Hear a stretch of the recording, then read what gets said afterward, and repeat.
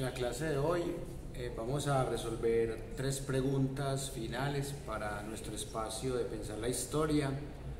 La primera pregunta tiene que ver con lo que implica para el presente y para reflexiones del pasado el triunfo de Lula da Silva en Brasil, porque este país es muy estratégico, no solamente por su extensión y su población, sino también porque hace parte de un grupo económico mundial que se llama el BRICS, que es Brasil, Rusia, India, está también ahí por la C, bueno, está Sudáfrica, que también hace parte de ese grupo del BRICS, y China. China es el de la C. Y si bien es un grupo de países que tienen su poder económico, también pueden amenazar de cierta manera la economía imperialista estadounidense. Entonces, alguien decía que no se puede hablar del BRICS en relación con la OTAN, porque la OTAN es una organización militar transnacional. Pero hemos visto a lo largo de este semestre que las guerras de cuarta generación son económicas, y la devaluación del peso, el incremento del dólar, hace parte de esa guerra económica. Por eso el triunfo en Brasil de Lula da Silva es muy importante, porque cambia totalmente el mapa geopolítico que había con Bolsonaro. Y ya se está viendo que en el continente suramericano hay una alta tendencia al progresismo. Bueno, realmente uno diría que al continente americano, porque también hay que incluir a México. En México también está gobernando AMLO, que es un progresista. Y todavía hay gente que sigue creyendo que el progresismo y el socialismo son lo mismo, o que el progresismo y la izquierda son lo mismo. Lo cierto del caso es que son países y son ideologías capitalistas,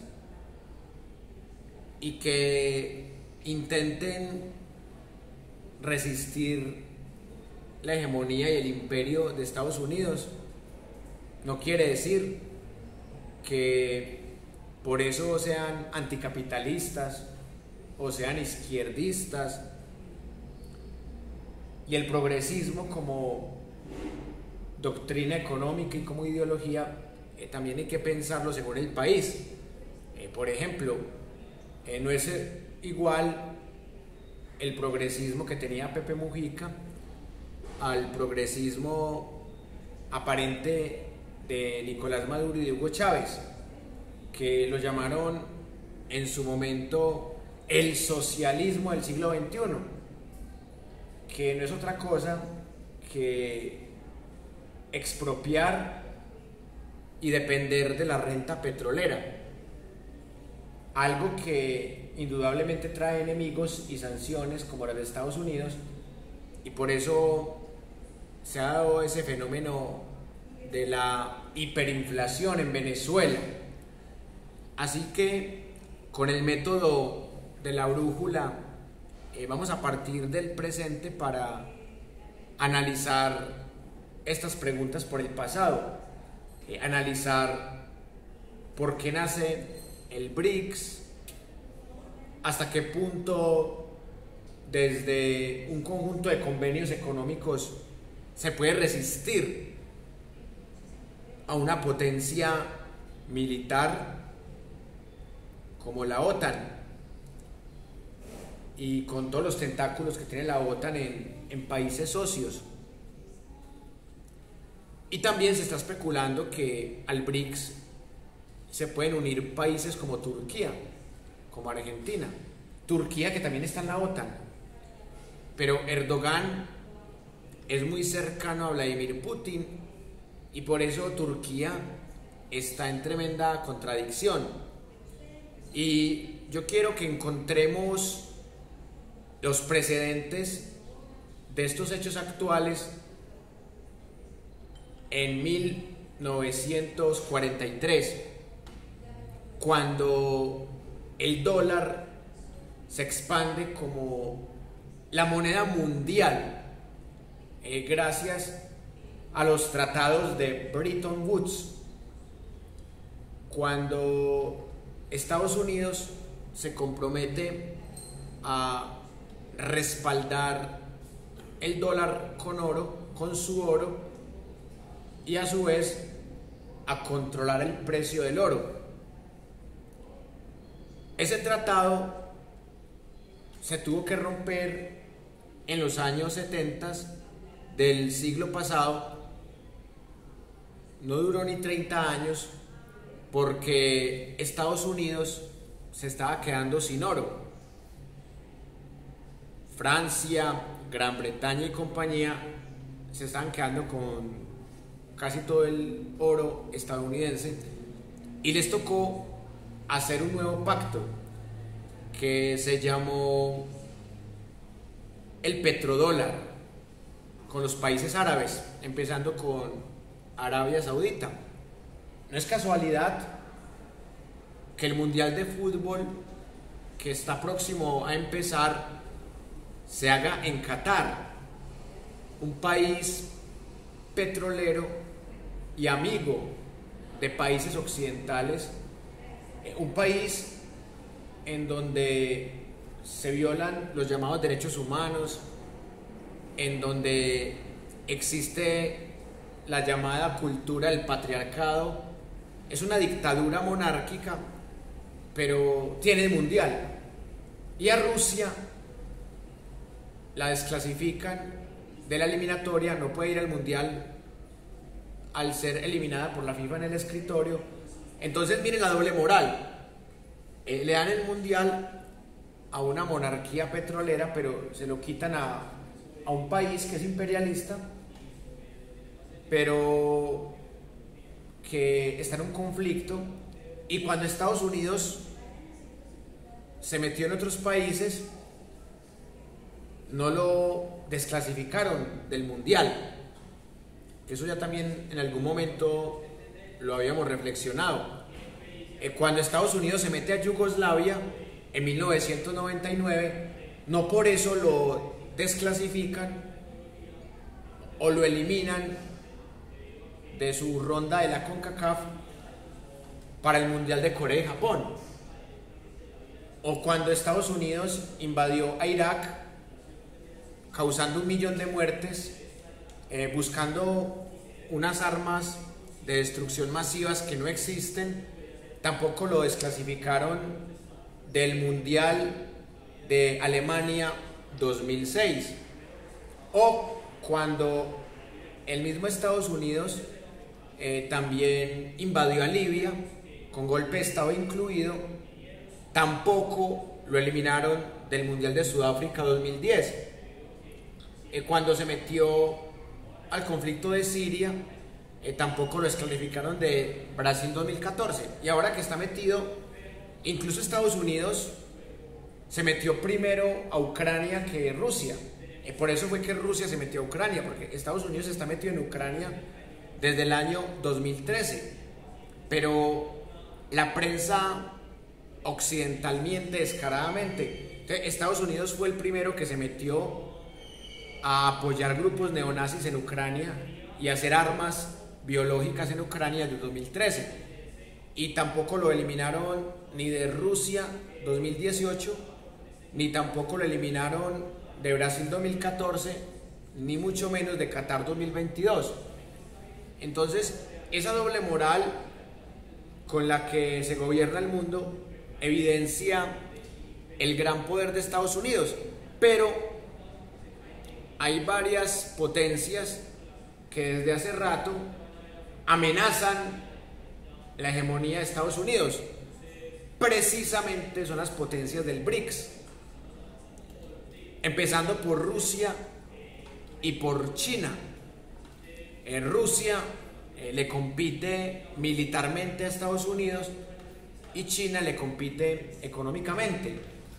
La India es potencia en medicina. Sudáfrica es potencia en piedras preciosas. Y Brasil tiene parte también de la selva amazónica. Es un país con gran cantidad de habitantes y también con recursos naturales, que algunos ya se los han robado desde la colonización portuguesa, que terminó favoreciendo fue a la corona británica, con la promesa de que la corona británica protegería al reino de Portugal para que no fuese unificado otra vez a España. Así que este tema de Lula da Silva da para muchas reflexiones, porque el BRICS es una cosa con Bolsonaro, porque si bien Bolsonaro la va bien con Vladimir Putin, también la va muy bien con Estados Unidos. Lula da Silva está proponiendo un modelo que tiene semejanzas con el de Petro en Colombia, y allí él va a manejar unas relaciones normales con Rusia y en la medida de las posibilidades también con Estados Unidos, porque pues, Lula tampoco se va a poner a pelear con Estados Unidos, pero de todas maneras el BRICS sí va a tener una tendencia más progresista con el gobierno de Lula da Silva. Y vemos que Colombia y Brasil se parecen mucho, porque Petro ganó por muy poquita diferencia y Lula da Silva también, ambos en segunda vuelta. Y se está planteando un fortalecimiento regional, porque se requiere más comercio entre países del continente, sobre todo países latinoamericanos, para que no afecte tanto el conflicto entre Rusia y Ucrania, porque es que el gran beneficiado del conflicto de Rusia y Ucrania es Estados Unidos, porque miren el precio al que está el dólar, cómo está devaluado el dólar australiano respecto al dólar estadounidense, y la venta de armas, el monopolio del gas natural, el monopolio de fertilizantes, que eso encarece obviamente la comida también. Entonces, el triunfo de Lula da Silva es una esperanza para muchas personas que consideran que con ese tipo de gobiernos se puede tratar de luchar en la región, en Latinoamérica, por una soberanía alimentaria, para no depender tanto de los fertilizantes de las grandes potencias, para no depender tanto del gas natural de las grandes potencias. Y acá también vale decir que con el petrodólar se siguen perpetuando imperios, y Venezuela es un país muy estratégico para Estados Unidos, porque es quizás el país con mayores reservas petroleras en el mundo, por ahí peleando el primer puesto con Arabia Saudita. Y en esa medida Rusia y China han apoyado también a Venezuela. Si ustedes ven el canal de Telesur, van a ver que ellos cuentan la historia a favor de Putin y en contra de Estados Unidos, y esa es la agenda que ellos defienden, y es entendible porque al fin y al cabo Rusia y China se han apoderado de Venezuela, pero también la han protegido de las sanciones de Estados Unidos. Pero miren que desde que Rusia se metió de lleno al conflicto en el Donbass el 24 de febrero del 2022, Estados Unidos empezó a suavizar sanciones contra Cuba y Venezuela, no del todo, porque ellos no solamente son los mayores vendedores de armas, sino que también son el país que más petróleo consume. Es un país de hecho muy consumista. Y estar peleado con países petroleros y a la vez con Venezuela, que es el más cercano para ellos, tampoco es tan conveniente. Entonces miren que por arte de magia, desde el 24 de febrero ya no atacan tanto a Venezuela, ya han centrado sus medios, su poder político y económico en sancionar a Rusia. Rusia es el país más sancionado del mundo. Y claro, el rublo se cayó, luego se paró y luego se volvió a caer. Pero lo que están buscando con grupos como el BRICS es asociarse como forma de resistir al imperio económico de Estados Unidos, y es un conjunto de naciones que económicamente están tratando de resistir y de organizarse. Por eso vamos a ver cuántos de esos países que están próximos a ingresar al BRICS se pueden concretar, y cómo esos países, comerciando entre ellos mismos, pueden soportar la crisis. Pero de nada sirve comprender el presente si no comprendemos las raíces del problema.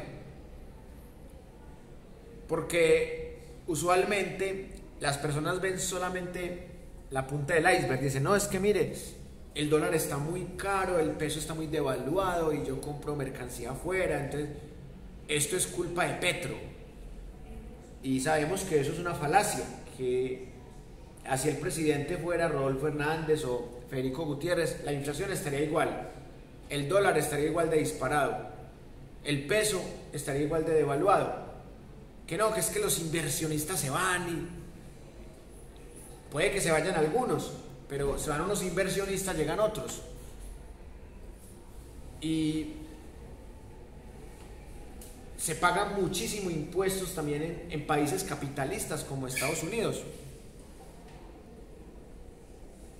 Y también en países, entre comillas, de primer mundo, como Dinamarca, también se pagan muchos impuestos.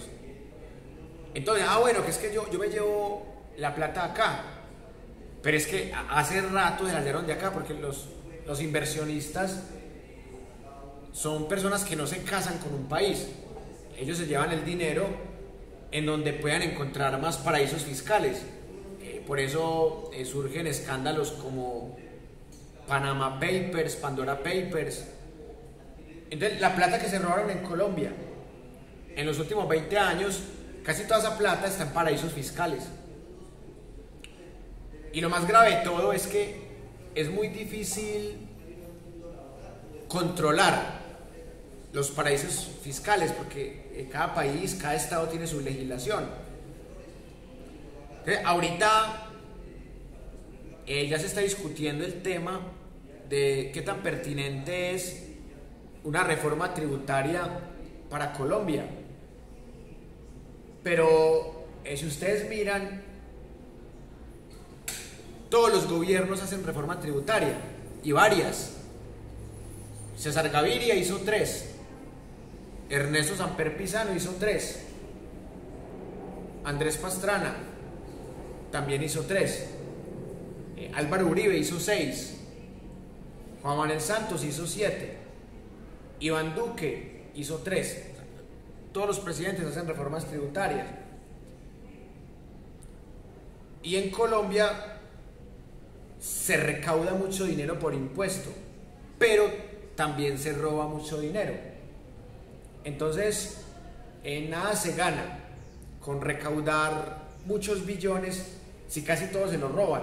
Miren, se robaron el dinero de las telecomunicaciones, 70.000 millones de pesos, algo que está impune.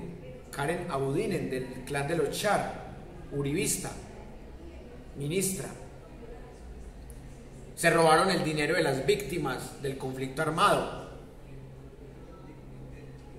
Meten el dinero en paraísos fiscales como Pandora Papers. Se robaron el agua de cientos de municipios, los bonos Carrasquilla.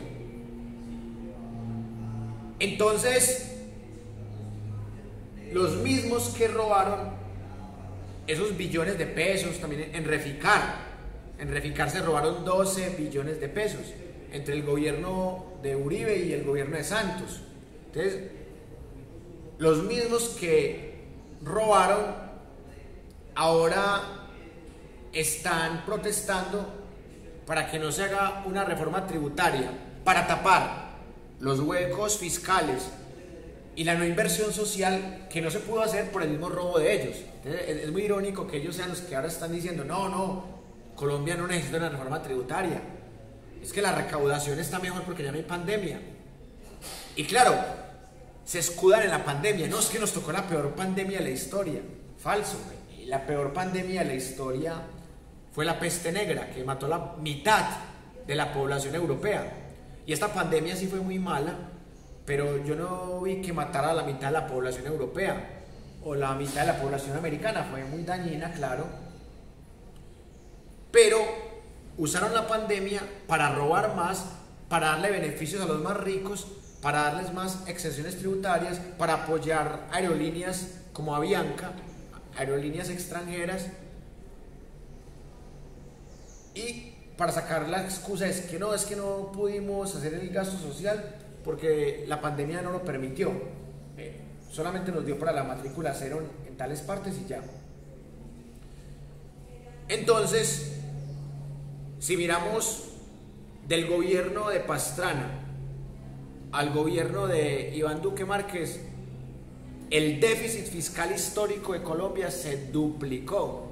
Entonces, ahora es el gobierno de Gustavo Petro el que tiene que tapar esos huecos. Y aparte de todo, tiene que tapar los robos en las telecomunicaciones, los robos para las víctimas de la paz, los robos en la educación superior, los robos en la salud, que los dueños de la CPS son los mismos ricos del país que han montado los gobiernos uribistas. Los robos de los fondos privados de pensiones, que invierten el dinero de la gente en puentes, en Odebrecht. Entonces se quejan que porque Petro propone un modelo mixto que para que la gente se pase a Colpensiones. Y la gente cree erróneamente, sobre todo la gente uribista, que si alguien se pasa de un fondo privado a Colpensiones, entonces ya es que Petro se roba la platica de los pensionados. Bueno, y en la reforma tributaria le iban a cobrar impuestos a los pensionados ricos, que entre esos está el expresidente Álvaro Uribe Vélez. Y a Petro le tocó tumbar eso. Petro iba a hacer una reforma tributaria de 60 o de 70 billones, promesa de campaña. Ya le tocó rebajarla a 23, a 22 billones. Porque Petro no tiene mayorías en el Congreso. Tiene mayorías para unos temas, para los temas que no cambian tanto el país, para temas que son importantes, pero que no afectan los intereses de los más ricos del país. Pero en ese tema de la reforma tributaria, que sí afecta el bolsillo de los más ricos del país, en ese tema realmente Petro sí le toca ceder un poco ante las presiones de los gremios y de los mismos congresistas que no son parte de Colombia Humana, pero que se han hecho llamar partidos de gobierno como forma del pacto histórico, pero que siguen siendo congresistas que defienden bolsillos, que defienden grandes multimillonarios, que defienden pensionados ricos, porque es que el impuesto a las pensiones era a las pensiones de los ricos. Y ya eso no se va a tocar, a Petro le tocó ceder. Y obvio que hay más recaudo, porque el gobierno de Petro no ha hecho los desfalcos que hizo el gobierno de Duque o gobiernos pasados, y porque ya se superó el tema de la pandemia. Entonces, claro, puede que haya más recaudo que hace un año o que hace 2 años, pero de todas maneras el hueco fiscal es impresionante y vamos a ver cómo se resuelve este problema. Pero para concluir este primer bloque, pues